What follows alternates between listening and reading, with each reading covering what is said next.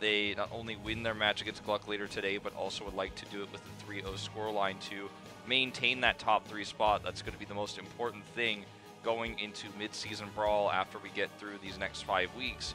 And the KSV Black, you know, if they end up faltering a little bit or failing in a few maps here and there, they will definitely be playing in that final playoff spot and could be defeated, could be upset. So it's a scary thing to think that KSV Black might not go to an international event. It's been every single time they've been a seed for Korea. Every time except 2015 where they lost to DK, with the exception of that BlizzCon. Yes, that one. They have been at every international event, period. Literally every single one. With the exception of ones that are like Western and restricted against Korea teams. Well, they have been Korea. Of course, when they're not invited, they can't. But when they have been, with the seed, they're basically been the seeds for Korea forever. Like metaphorically and like in tournaments as well.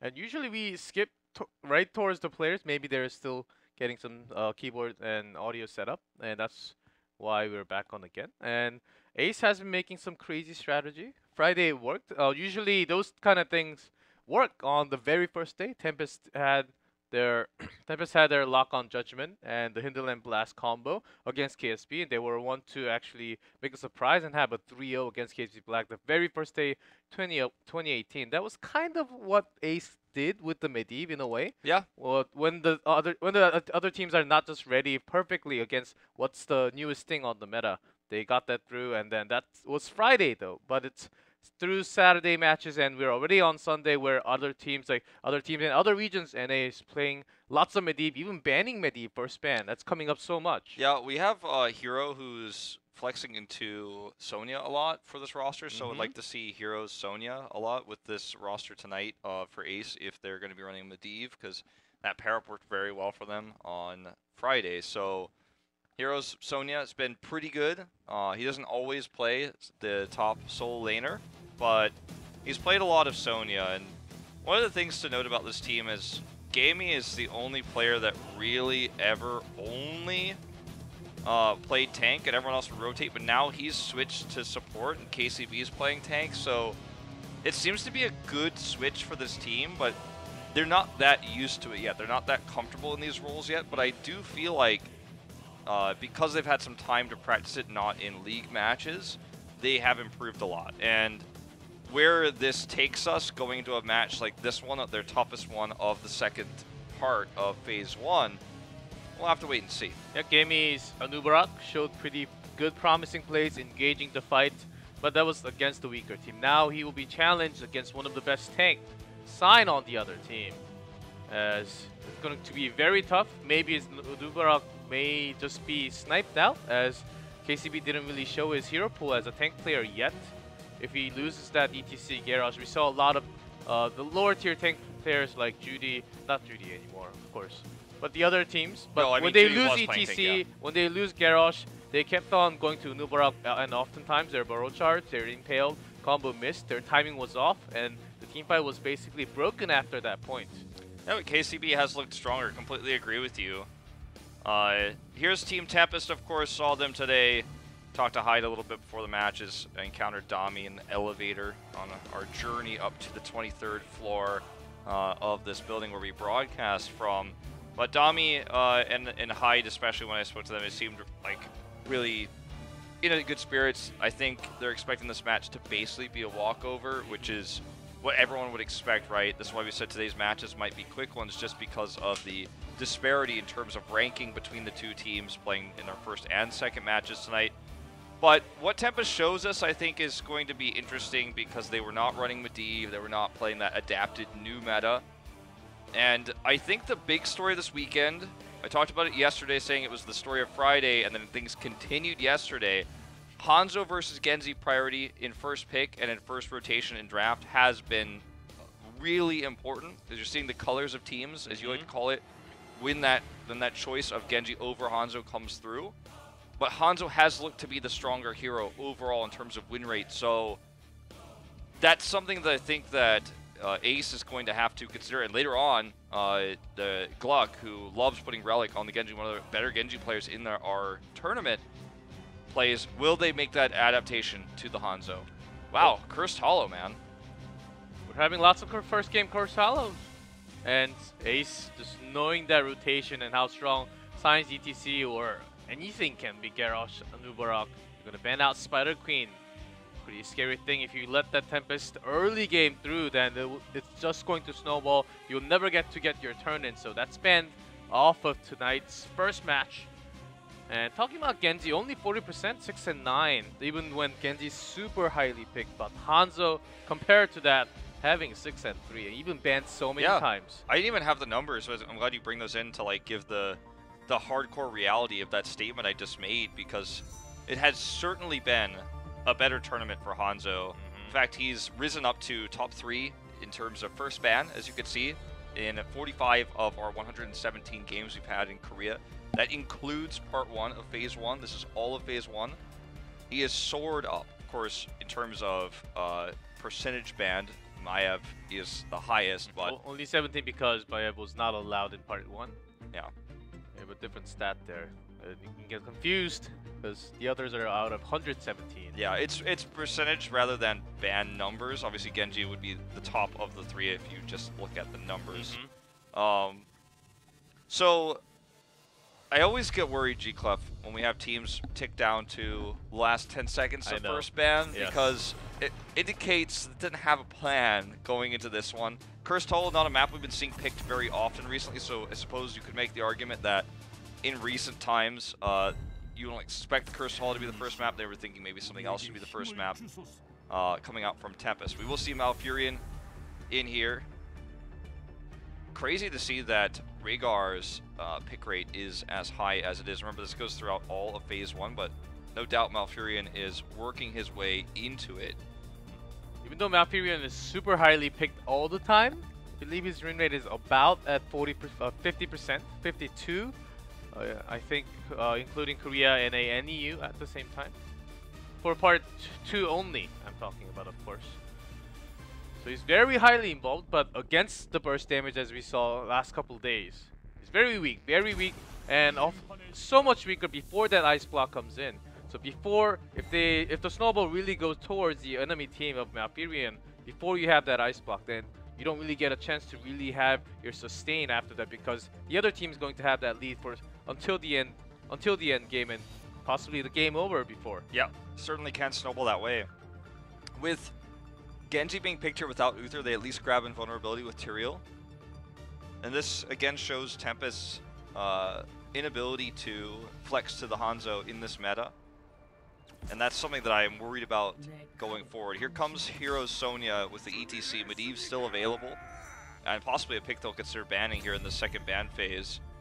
But Tempest's weakness against Ballistics was that they were not willing to draft the Hanzo, and SC was. They do ban the Medivh, so good call here on that one.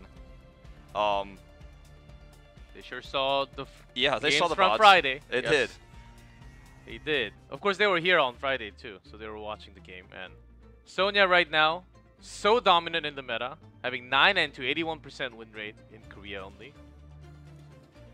The slam build has been the way, but not always. If your team has overall a pretty good wave clear, if you have something like some other hero like Gudan, not always. You try to become more tanky in that way. But if you do not have the best wave clear, usually the slam build is the way for Sonya. Certainly. Well, for Ace, with the ban on Medivh, starts to feel like this is definitely going to be a Tracer game for Ace. So how you play around that for Tempest is what they have to now decide. We very rarely see both Shimada brothers on one side of the draft, but I feel like in this case, with the boss control they already have with Tyrael, the wave clear that Hanzo provides, and his ability to control camps, and his anti-Tracer playmaking is a great win rate versus Tracer right now, because if he has any sort of protection like Tyrael shields, he will just auto-attack the Tracer and sometimes kill her, force a recall at worst case scenario, and they are going to grab him. So I like how Tempest is approached this, basically saying, I know what you're trying to do, Ace. I've watched your games. I'm banning the Medivh. I've got Hanzo for this camp control, and they have extra wave clear with the Rhaegar pick they brought in. Tempest is just playing smart. They're just playing safe. They were unwilling to pick the Hanzo earlier, prioritize him over a Genji, but now the draft is kind of slowed down a little bit, and Ace's plan is very much revealed. They picked the Hanzo, and now Tracer feels like a less enticing pick here. Yep. Although it's actually, it used to be the other way. It used to, and a lot of players actually thought this way, that Tracer can assassinate, get that pulse bomb onto Hanzo. It will be an easy thing, but on this map, especially where you have lots of dark spaces, that Sonic Arrow will let you know, will give that info where Tracer is all the time, where she's coming from. And both Shimada brothers, you can just go over the wall, and it makes it so much harder for Tracer to actually hit. Of course, they do have a lot of CC available. That will be their chance. I think Tracer pick is still likely, and they're going to grab that Tastar for that extra shield. They also needed the wave clear from Tastar too, so we saw a similar draft yesterday. I want to look it up actually. It was by Miracle, and they drafted Tastar last, their Tracer pick on Tomb of the Spider Queen when they had very little wave clear. There's also a Sonya draft for them. But this is a very smart adaptation, but I still think it is going to struggle. And I think the reason why Miracle struggled with this draft yesterday, a similar one, actually I'm gonna look back, yeah, the only difference was the Garrosh versus the ETC, was because Genji, for KSV Black, Rich was able to force Dimensional Shift to be used consistently over and over and over again. And also, Tracer was against the double support, Karazim and Rehgar, so their dive can actually take out Tracer alone. Those two supports do a lot of melee damage, and they can dash in all the time. Tracer had a lot of pressure in that way. I like Anubarak here. I like Garrosh here. Like, both are great picks. Even the Muradin is not bad if you can hit those stuns. I'm just gonna grab Blaze, so not having a traditional main tank using Tyrael for that, but totally works out here. So they have the anti-pulse bomb potential with the bunker. I think the draft of Tempest is fantastic for who their opponents are. This draft against a stronger team might have some holes in it because of their lack of experience with Hanzo, their lack of success with Hanzo. But in this meta, you gotta start learning Hanzo at some point, because if you're not, you get stuck in the Genji mindset. And then when Uther is banned, you get trapped. They're gonna try to do both here, so they get to have at least some of their comfort with the Genji pick, but they get to go into this new meta, great for the map, camp clear, boss control with the Tyrael. Not that Hanzo works all the time, but sure, you really have to understand your positioning, and you have to have a strong front line. Very oftentimes, double tank, oftentimes Blaze also goes well with the solo lane. I think they are thinking to protect, and Hanzo poking all day, and then Genji will just go in for the kill. I think that's exactly what they're looking at. If there are not that many CC from Ace, I was possibly even thinking Judgment after the recall, so you can just lock in Tracer. Basically, that's 60%, 50% of damage removed, and all you have to work is Sonya right after. Yeah, especially with the amount of damage that's going to be coming through for Tempest, how quick you can burst down a target if they can get locked in place. I do see a reasoning for this. If this becomes a stomp, like a lot of people are expecting, ourselves included, if this is a very one-sided game, and Tempest gets Curse Point, for example, to get fast 10, then I think Judgment's even more reasonable. If it's a closer game, the Sanctification trade-off I think is going to be, it's just too much. Like if you're playing a competitive game on this map and you pick Tyrael, I think you've got to get Sanct for boss control. But yeah, I like your line of thinking here. And Tempest has already shown they like to pick the Judgment over the Sanctification, even in comps that you wouldn't expect. Lane swap here is pretty cool, but what they're losing bottom is just as problematic. I like the lane swap, and they also had ETC going up because that Hanzo plus Rehgar, which means a lot more power down, power loss from Sonya, who has been dominating the lane, and oftentimes became a winning factor off the screen because Sonya was dominating the lane so hard all the time against anyone, Tehaka, even Blaze off the time. So that's why Tempest actually swapped the lane intense so that Sonya does not really power up from the beginning of the game when she's going to control the macro. So she's off the lane, Tastar has that wave clear, so going to start with the camp timing now. And we'll grab this camp, the tougher camp, the hard camp here. Look at this invade though from Lockdown. I know Tassadar is missing, he's bottom. Lockdown's going to look to steal this, nearly gets the kill. Camp is reset, leashed here. Now he's going to maybe dash over the wall if KCB gets frisky. Okay, revealed now by that heal. They could steal this. They have a lot of wave clear in AoE, but Tastar scouts it out. So instead of going for the greedier play to steal the camp, they're just going to empower this push bot lane. They knew that Sonya was missing, and that was the only one. Not the only one, but very highly likely that she was right there, because she was at the bottom lane. This entire time, Blaze got that extra time to soak in the top lane, which Ace is working on it now. So Tempest already has a faster tempo into this game. Well, at the same time, they're pressuring into the bot lane. Okay, the snowball has already started just from that camp timing and Genji going in, using that time. Yeah, and it's funny because a lot of this comes down to Tastar being bullied by the Shimada brothers, having to use his dimensional shift early, having to tap as well, then being relegated to the bot lane. And so the Sonya positioning became so obvious, like you said. He's here again now, so red side tribute, Ace needs to give this up, but because Tempest knew about this a long time beforehand, because now tributes are announced before, whereas in the past they were random, they just left Hanzo bot, because they know that this is a one tribute easily, and they're not even going to give up any soak. KCB in good position here. And unless they like lose a member all of a sudden, they have more than enough time. So Sonya staying in bot, doing some damage to Hanzo, but actually Dami is doing more damage, getting a lot of that level 1 stack too. You could tell he missed his spear because he has no fury, so that was definitely the issue there. If he hits the spear, it's a different story, I think, but tribute does go over to Ace, actually. Tempest committing a lot of resources to this spell reduction nightcap in the mid lane. A little bit surprised they gave that one up so easily. Gonna cost them big now because the blue side tribute is now spawning, so advantage Ace here in terms of spawning location. They get 7, but it's just a second earlier, so not too significant. Have to say, G-Clef, Ace is continuing to play better and better. They are not letting, they're not just rolling over and dying in this game that Tempest had such a grasp over before. They're turning things around. They're catching up pretty well. I think Lockdown could have went in and stalled a lot of time as a Genji. You can just go in. But that's like, hold on. As big stuns and big damage coming out from Lockdown here. This fight is practically over already. Pulse Bomb goes wide. That is not what you want. And Rush now finds himself locked out here. No holy ground just yet, but there's too much damage. He's slowed. He's trying to use this Whirlwind to make this a trade. Very impressive with that build he's chosen as well. It's not enough to get the kill, but almost breaking through there with his activatable, but he does get taken out. They had only one way of escaping, and Blaze knew that path was the right one. AoE stun connecting with the Swift Strike. Genji's damage came in, and once he got the kill, it was basically team fight over, as you mentioned. It's not that they were in the bad positioning; they were all pressured because they were lacking some pokes. The only poke that we can really have is Storm and few damage from Malfurion, and Tracer has to be stuck to the target.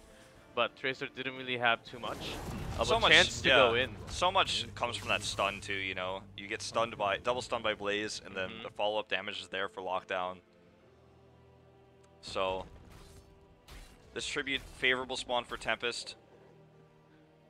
We're just seeing camps being taken now for Ace. They're rotating towards the Siege Giant camp. They do have the faster rotation to this tribute, but they don't have the numbers advantage, and this Siege Giant camp's going to pull them away. This should be Tempest grabbing this tribute. In fact, I'd rather see Sonya go back top. She does decide to, as I say that, almost as if she was listening to me on command.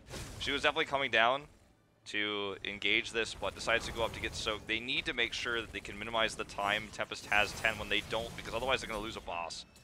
Tempest is not 10 yet, but the reason why Ace kind of gave up that one is because the Golden was pushing, and they lost the wall. They still had Fountain. They knew that was going to be it because the first two was top mid, and top left. The third one has to be bottom right. And they knew that before because it shows on the map. But it was really tough because they were so pushed. All the lane pressure was coming. If they went bottom, they were going to miss a lot of minion EXP on the top. So instead, they tried to catch up EXP. They lost one tribute, but they're still catching up with the boss timing though.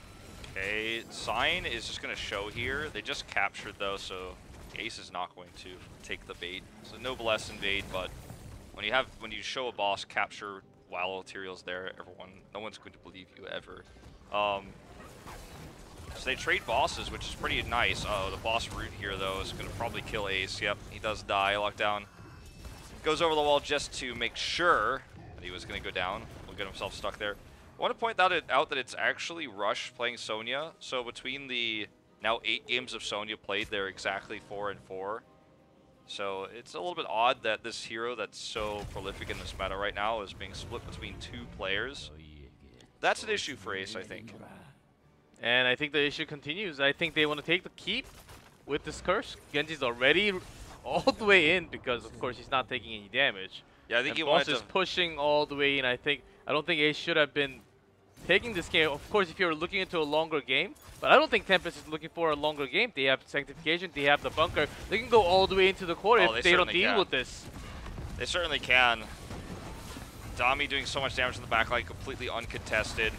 Lockdown just working on this wall so we can have more free roam to go in there and do damage and get out safely. Okay, does get caught by that power slide, but not by the follow-up Malfurion root. Bunker here, going to allow everyone to stagger forward.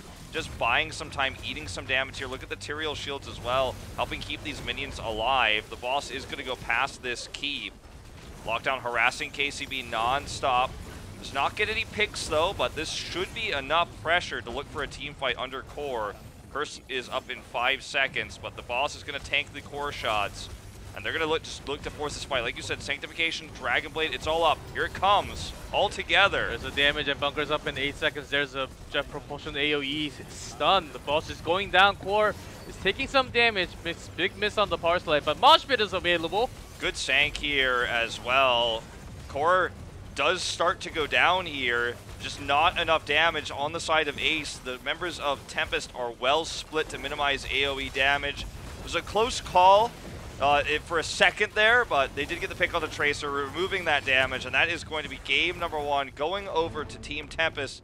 The kill here onto Tyrael at the end prevents the perfect game, but that was about what we expected going into our first map of Cursed Hollow. With the draft like this, and the execution from Lockdown on the Genji was good. They had Tyrael, didn't need to use Sank until the end. They just controlled that top push. You can't trade bosses and then let them get cursed like that, because then your boss is worthless, their boss becomes the Omega boss. So it was a tough one for Ace, and you should, the moment you lock in that ETC and the power slide doesn't really connect, it was really tough. It was hard to start the mosh pit even.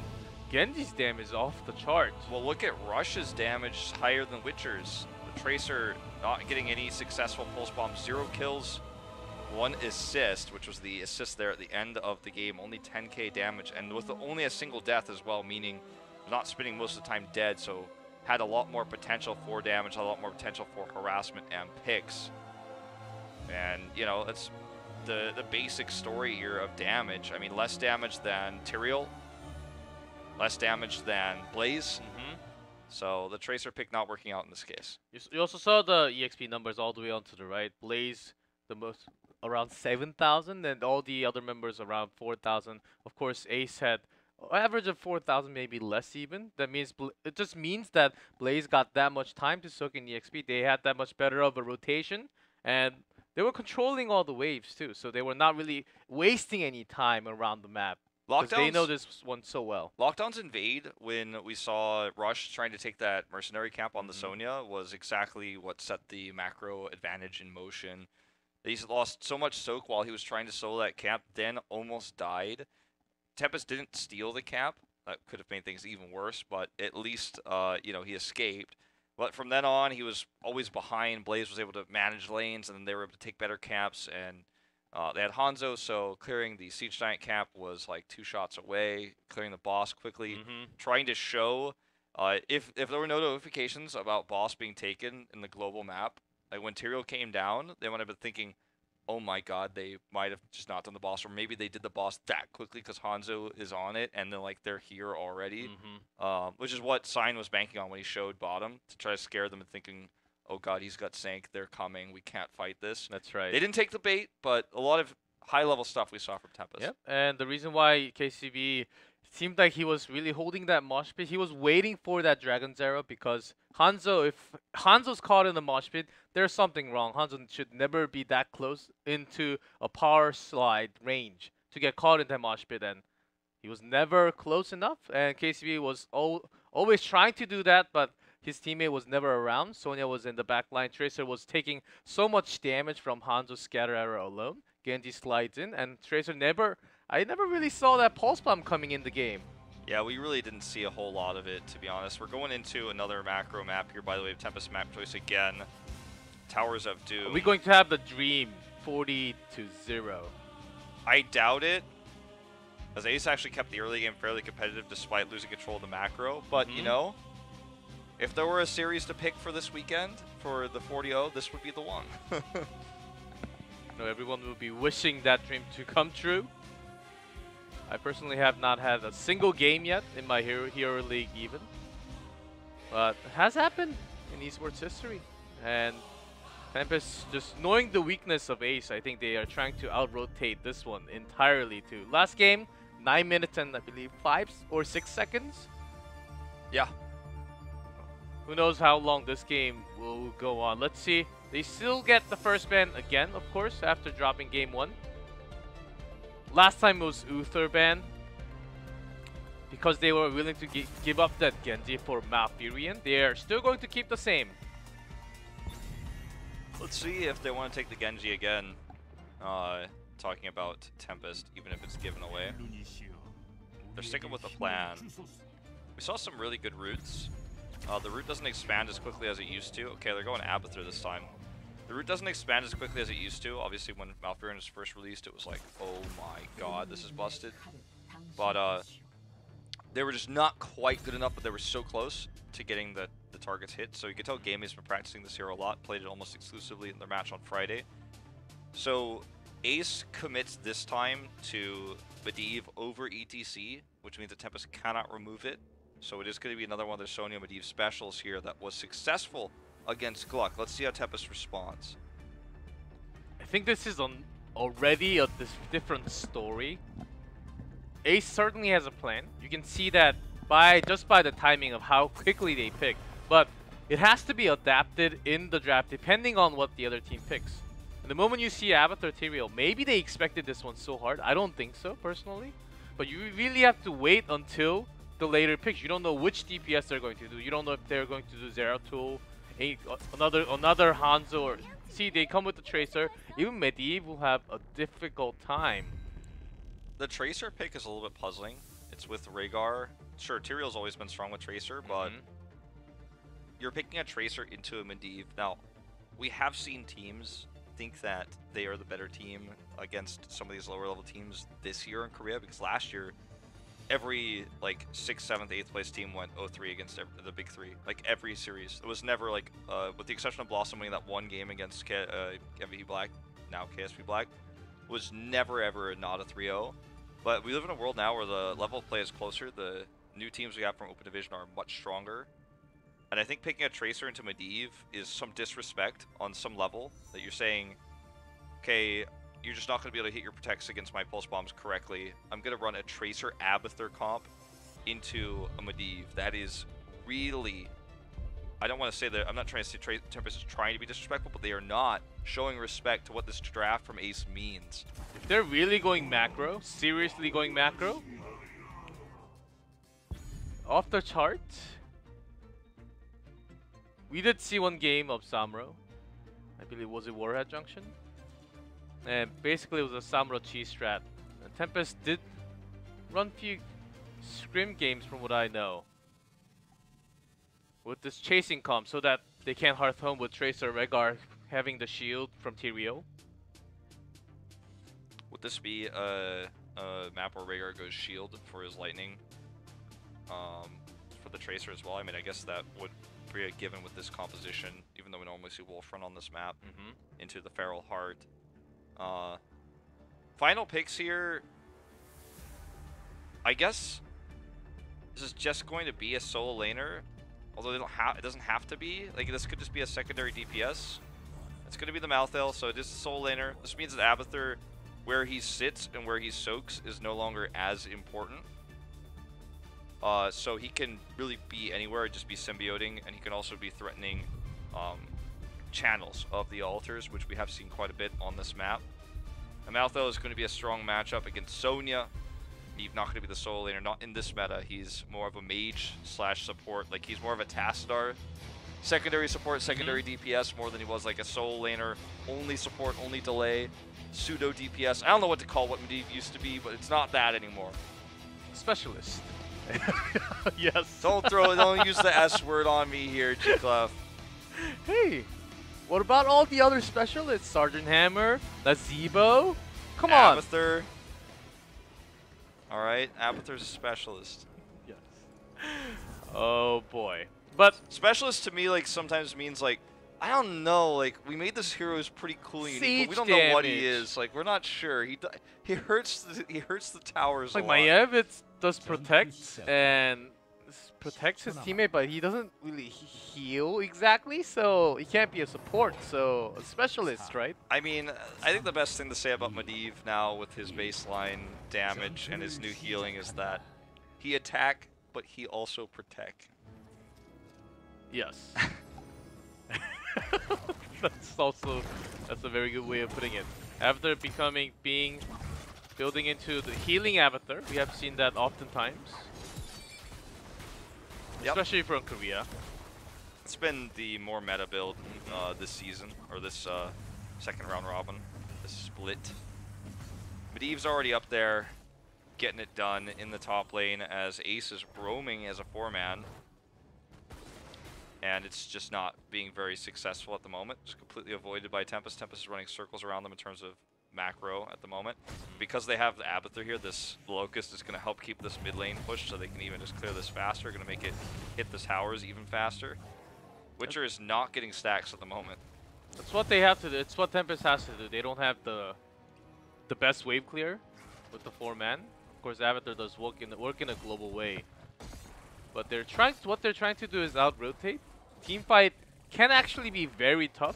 Pulse Bomb may not find the target because Ace, they don't really have anyone too squishy from the line. Medivh can always give that protection onto the Pulse Bomb. As you mentioned, Sonya, Taika's not really the best target for the Pulse Bomb. Yeah. Well, Sign is just harassing as best he can. He tries to get it onto Hero. They don't get any picks, but Ace respects the power of this roaming squad. And they're just going to give up this Sapper camp. So Tempest gets both Sapper camps. Abathur is body soaking while also soaking mid with his symbiote. I can't see it, but I guarantee you that's what he's doing. So they're going to get soak mid while he body soaks top. He will need the pressure relieved as Sonya is trying to hit him here. He even has to use some of his symbiotes to push this back. But, oh my god, he's crazy. Gonna help, this pressure will be relieved soon once the bottom push is done. There's the pulse onto Gamey. He's gonna go down. No Medivh to save him, so we talk about how Medivh can mitigate pulse bombs, but not if he's AFK mid. By the way, still not getting any stacks for his baseline Master's touch. Perfectly calculated with the parting gift. Just got the kill, and that was the target they had to go for. No protection at all. Medivh was away. Nubarak was not even defending his teammate. He was trying to clear a wave on the other side. Bad start for Ace, certainly. The only thing that Tempest lost was the top wall took a little bit of damage from Rush, but it doesn't matter as much because Tempest's clear goal is to grab bottom bell tower and play the meta Towers of Doom strategy where you just control bottom bell tower forever, control camps. And this next altar phase here, again, Tempest was going to look for 2, but even if they fail this somehow, they were still successful in their early game mission, and they're going to have an experienced lead. Notice that Sign is trying to delay bottom. Lockdown steals this as Abathur. They're not going to interrupt the Sonya channel, but they're going to look for a pick. Gamey gets the root, but the Pulse Bomb connects. Where's Medivh? He's AFK mid, just became Raven. And this Witcher Medivh has not been impressive today, G-Clef. It was much better on Friday. It's because they are not really putting the resource. They don't have the exact picks to do so. If they have Medivh join the roaming squad, then they're going to miss the lane because their wave clear was super low. Medivh was wave clearing mid the entire time. That's how bad of a situation in macro terms Ace is having right now. Because they keep on losing members, they're going slower, they've been losing Sapper camps, and that's what Tempest knew exactly what to do.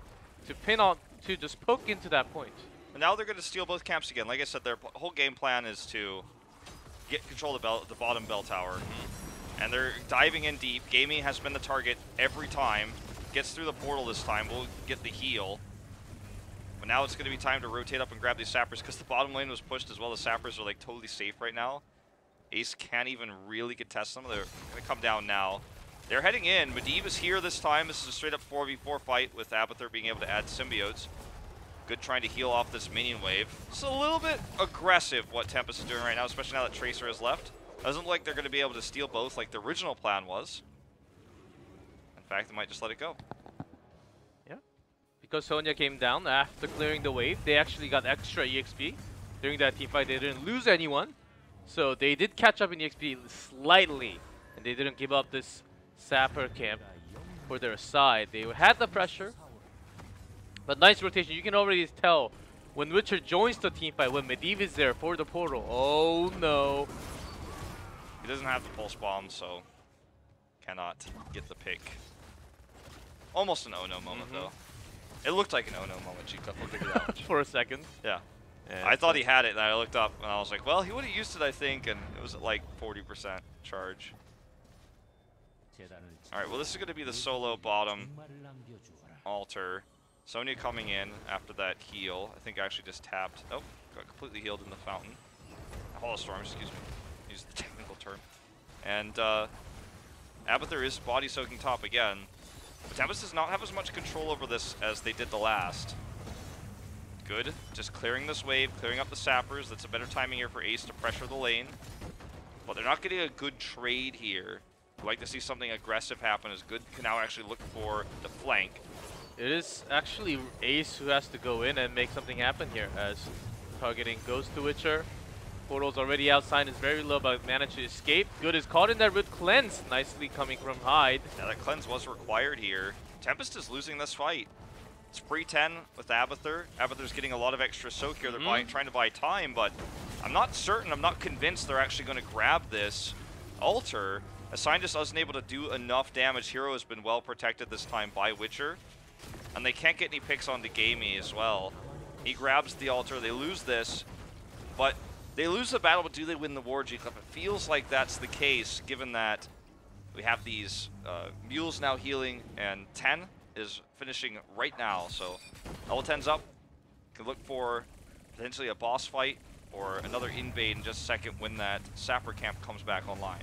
They do have a lot of time to work around. Ace still needs lots of waves to hit that level 10. Tempest, all their mission, their goal was to actually delay. If lucky, they could get a kill, but if not, they could just delay after still pushing the top lane. And even before Hyde was already going to the mid lane to get that EXP as much denied as possible.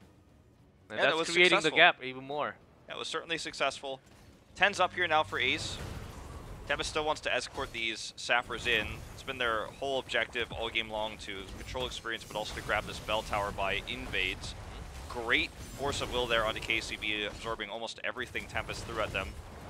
Pulse Bomb's still held here by Sign. There's another shield. He's going in onto Hero, doing that extra damage. Parting Gift might be what he needs to finish it. Polybomb and the Cocoon committed here, though. Oh. There's that negative synergy and the sanctification to save Tracer. The clone comes a little bit off timing, I would say. Just wasted, basically. Yeah. By the way, we didn't touch on this, but Sign's back on the Tracer. He was not on Friday. So it was Dami on Friday, I believe? Yeah. So Dami's flexed over to the Tyrael. This exact same type of composition. So maybe some adjustments made after their loss versus Ballistics. Either way, it was... I think it's a cool thing. A lot of people appreciate Sign can play the Tracer. After Friday, we thought we'd maybe never see it again, but not the case. Sign's back on that Tracer. So Medivh is so good at delaying and is going to crush Tyrael in that 1v1 on the bottom altar. In fact, Dami's going to come back up here to look for a more straight up engage, straight on. All right, Root here forces the recall. Parting Gift not going to do anything. This is looking like another bad fight for Tempest, but Good sneaks this altar nearly. Is interrupted by that Moonfire. Are they going to heavy engage? 6 seconds until Tormented Souls is up. Can Good last until that time? 2 seconds. There's a polycomb. Ancestral does not connect Sonya. Takes out Tracer.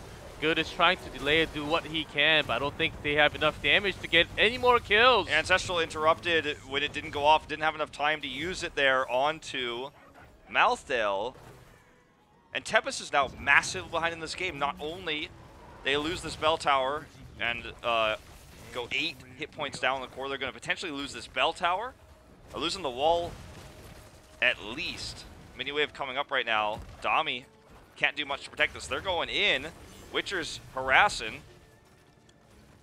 And this is definitely a 1 bell tower. Tempest is absolutely, beyond a doubt, behind in this game against Ace now. Sign didn't have a... Forcing out that recall before the team fight, I think really hurted him. Recall was about to come back online with the cooldown. And Ace, how they used the Cocoon first and then Poly after to cast that Tracer. Nicely timed and nicely. Good teamwork. We're seeing a lot better teamwork coming out from Ace Friday and today too. The Polybomb and the stack up of the Cocoon was a little bit, you know, it was definitely a mistake, but you can see what both those heroics can do, even when they're stacked on top of each other, and how much power that gives you to control some of these team fights with Tracer diving through. Tempest will actually, with the